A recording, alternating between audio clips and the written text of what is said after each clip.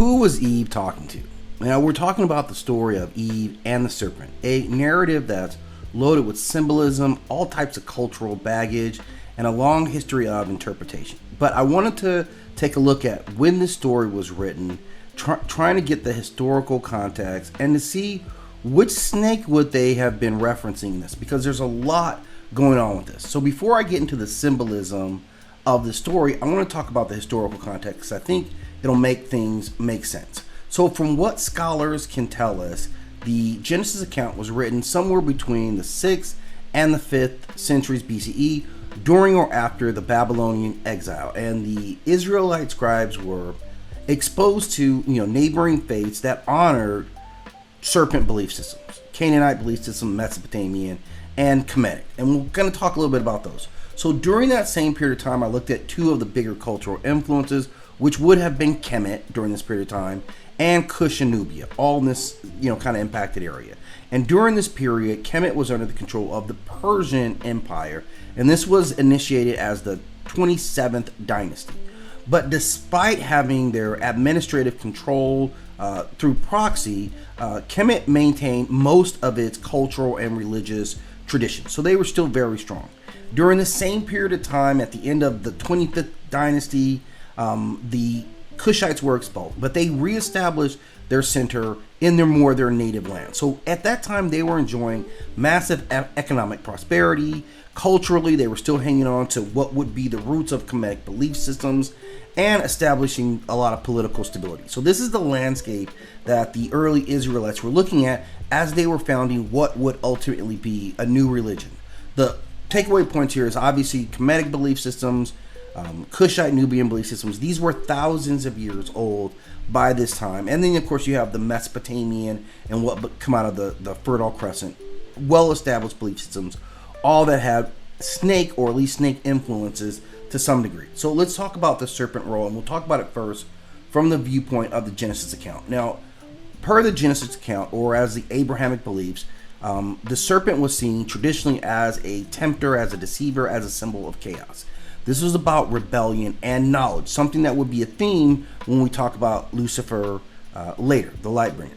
And at this time, the snake was seen for them as a symbol of chaos and disruption, as sexual symbolism. Obviously, this phallic symbol, and feminists will talk about that representation as being Eve's choice, right? She was also choosing sexual freedom, depending on who you're looking at. If we take a wider viewpoint, the Christian stance or the Abrahamic lens was saying that the serpent is Satan's mouthpiece. He was the agent of fall. And this was a broader mythological context about human agency, them choosing for themselves. In a wider context, let's look at what their neighbors or contemporaries would have been doing. The Sumerians were worshiping a snake deity in Ningishzida, a deity of fertility and the underworld, who was depicted as a serpent entwined around a staff. That would, of course, would matter when we look at later Greek accounts. The Canaanites also had a serpent cult within their belief system, and serpents were held in a sacred status before these pre-Israelite religions. So in these pre-Israelite regions, they held the snake as being a sacred being. Now in Kemet, or later Egypt, you would have the Wadjet, which is the cobra goddess, which symbolized protection and often shown on the Nasut's crown. The Uraeus is a symbol that we still see. In India, there of course were the Nagas, who were semi-divine serpents who were associated with water, fertility, and the underworld, and they are revered in Hinduism, Buddhism, and Jainism.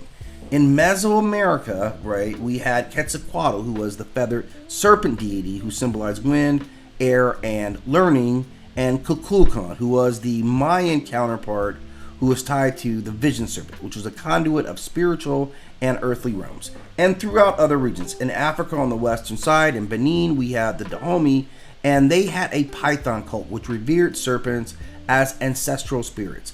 They had temples where they housed live serpents, live pythons, I should say, as sacred entities. In Ghana and Ashanti, there was a belief in a rainbow serpent who symbolized the link between heaven and the earth. And this would go on and on. So we see a definitive break from what the older belief system said in the area in what the Israelites were talking about, or the founders of Christianity. So there was definitively a narrative to demonize the serpent. They portrayed the serpent as a deceiver leading to humanity's falls. So this is who we're talking about. Who did that snake symbolize? Because they were surrounded by cultural belief systems that venerate the snake. Now, looking at what their path, their exodus, and so forth, that tends to make me believe that they were talking about Wadjet. And the reason, or Wadjet, or symbolizing the Uraeus symbol. The reason I say that is that their research shows that when they were talking about the sacred cow, that seems to reveal that they were talking about Hathor. So it seems to me that, one, the idea of demonizing the snake was a marketing tool. This was how a new religion, working in the context of much more well-established religions with longer histories who had a definitive stance on the snake, this is how they stood out as separate. That the snake, which brought you knowledge, was also going to be your downfall. Now, leveraging what these other belief systems did say about the snake, they did associate the snake with knowledge. The Israelite or early Christian beliefs would say that this snake knowledge was ultimately this evil sin. So it's a very interesting ideology when we look at what was on the landscape, and to say that the snake that they meant probably would have been related to the Egyptian or Kemetic belief systems, that would lead me to believe that they were talking about Wadjet. So, but interestingly enough, this is something that's still kind of wrapped up in the understanding the symbolism, what their goal was. And my take is, a new religion, you're marketing, you want to demonize what the other people do, you want to take away from their myths, so that you become this holder of the truth. And I think that's what they did. And if we look at their results, we'd have to argue that it was a pretty effective job. But give me your thoughts. Obviously, this will be a topic we can discuss and interpret in different ways.